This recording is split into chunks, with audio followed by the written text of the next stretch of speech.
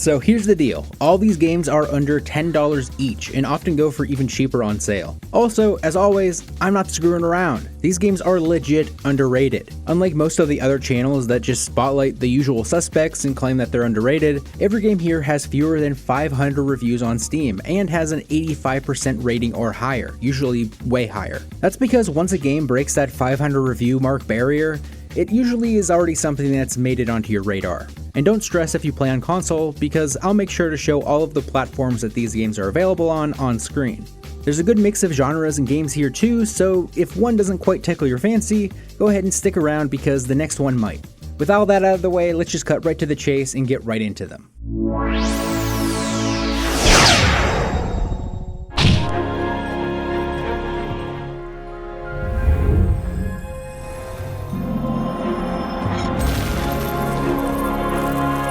Tobla Divine Path, previously titled A Divine Guide to Puzzle Solving, is a first-person puzzle game with a super strong Talos Principle vibe.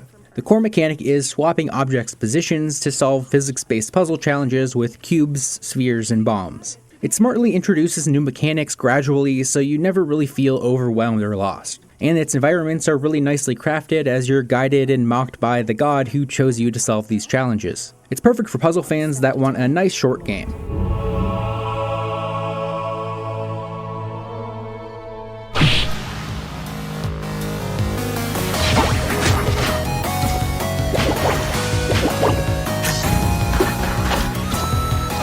Next up is Super Magbot, which is a precision platformer where you move around just by using magnetic polarities instead of jumping. Think of it along the lines of VVV, VVV, and Celeste, but with the magnetic twist. It's a tough platformer, but in a way that keeps things satisfying and keeps you coming back.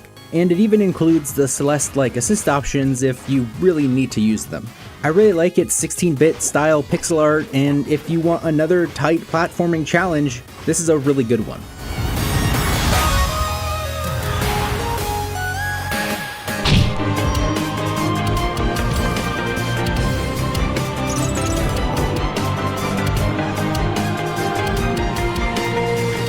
Lifeslide is a chill game where you just glide through the air as a paper airplane in a real nice flow state. It's really similar to Flower, but instead of this photorealistic environment, you're in a serene, low-poly environment. It's all about the zen-like soaring state that it puts you in. There are different modes, including the standard stage-based playthrough, and then there's a zen mode if you're just looking to drift endlessly. This one's perfect for anyone looking to unwind with something soothing and minimalistic.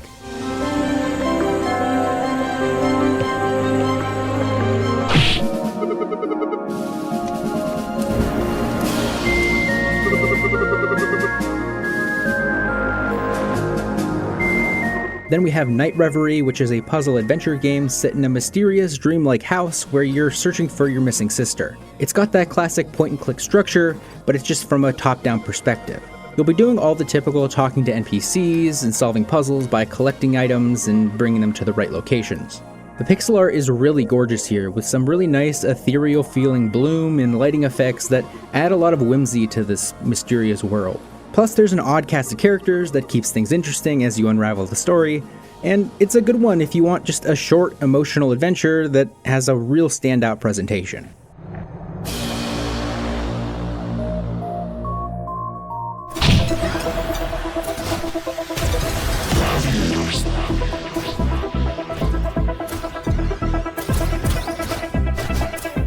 So this one is called Graviators, not Gravitators, which is super easy to search for the wrong game with this one, so Graviators is the right game. But it's a great local multiplayer game that mixes Pong with like gravity mechanics. You can deploy these gravity wells that allow you to redirect the trajectory of the ball, and once everyone playing clicks with the mechanics, this one can be really fun. There's tons of different modes here, but I found that it's best to keep things simple, so if you're looking for a new game to play with a few friends that you have over, make sure you check this one out.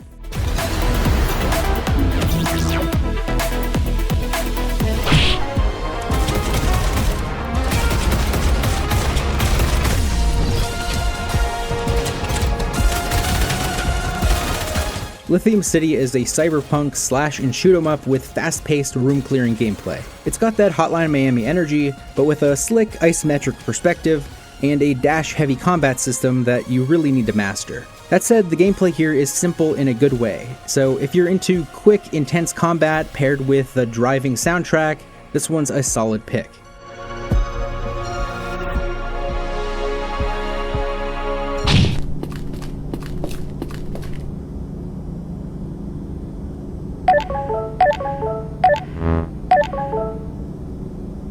Next up is a first-person puzzle game called Sensorium that centers around the five senses in an antechamber style world. It has this open-ended structure like Myst or The Witness where you're free to explore the world around you without any hand-holding. Since the puzzles are all about your senses, you can imagine some of them don't quite translate as easily as others, like taste and smell here are visually represented, but the others are more directly translated. And as you progress, they start combining the different senses and mechanics into the puzzles, which can get pretty convoluted, but this is a puzzle game after all. This is a good one if you're looking for a new, unique first-person puzzle game to play.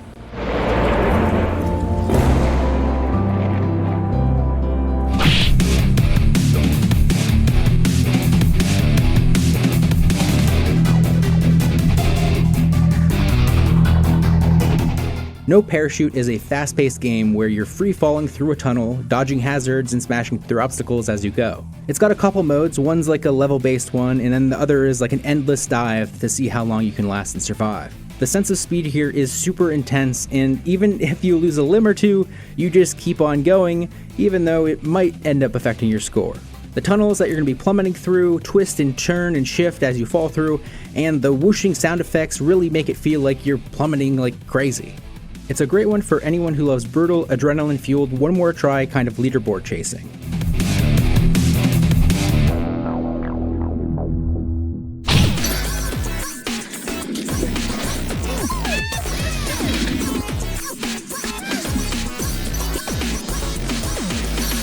Bunny Hill is a retro-styled downhill snow sports racing game that feels like a throwback to the classics like SSX or Snowboard Kids. You ski, snowboard, and sled your way down these slopes, dodging obstacles with physics-based mechanics that give you a real good sense of speed. It keeps it simple but fun, and you can race with up to 8 players online or in local split-screen multiplayer. It's got 12 different characters and 4 different stage themes, and the stages are all randomly generated, so you're never going to run out of different hills to plummet down.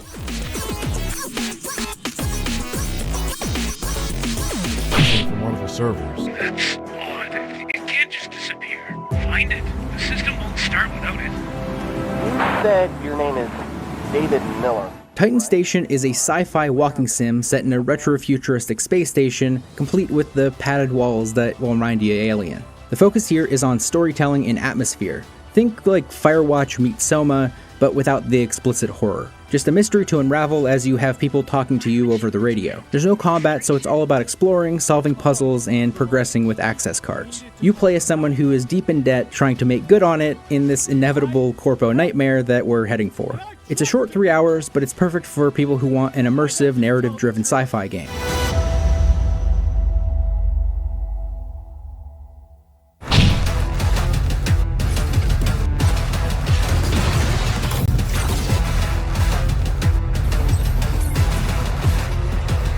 DESTRUCTURE Among Debris is like a Mad Max air hockey game that mixes Arkanoid with bullet hell elements. You control a paddle that bounces a ball into post-apocalyptic settlements to destroy them. It's got unlockable upgrades, perks, and ways to keep things interesting and challenging. If you're into high replay value games that'll just have you saying just one more try, this one is definitely worth checking out.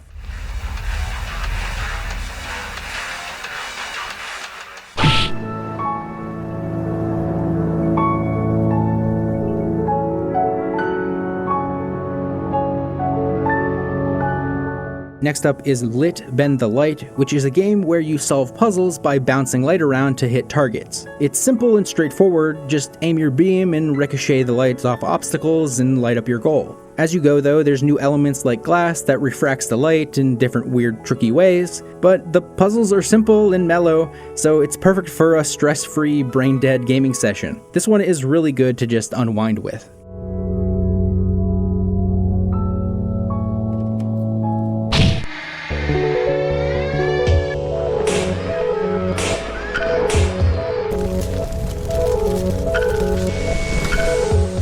Mango is a surreal first-person walking sim that feels a lot like the PS1 game LSD Dream Emulator. It's got trippy visuals and experimental horror vibes, making it a trip through a strange dreamlike environment. If you're looking for something that's just about exploring weird worlds, this is definitely worth a look.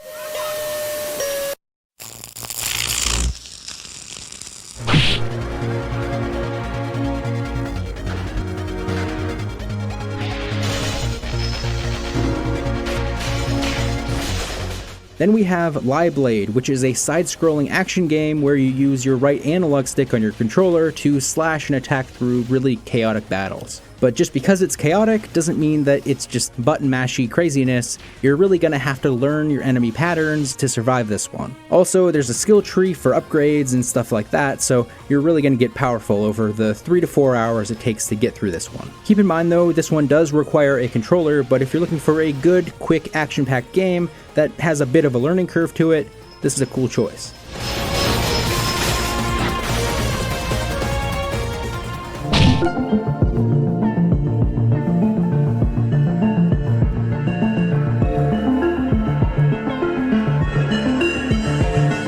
Alright, and lastly, we have a walking sim that's very similar to the Stanley Parable or Beginner's Guide called Title Pending, where you are a playtester in a game that is still in development. The developer chimes in with commentary as you play and navigate through strange glitches in weird locations. It's super meta-heavy, so that's either going to work for you or not, but if you're into meta-narratives and games that play with their own conventions, this is definitely worth checking out.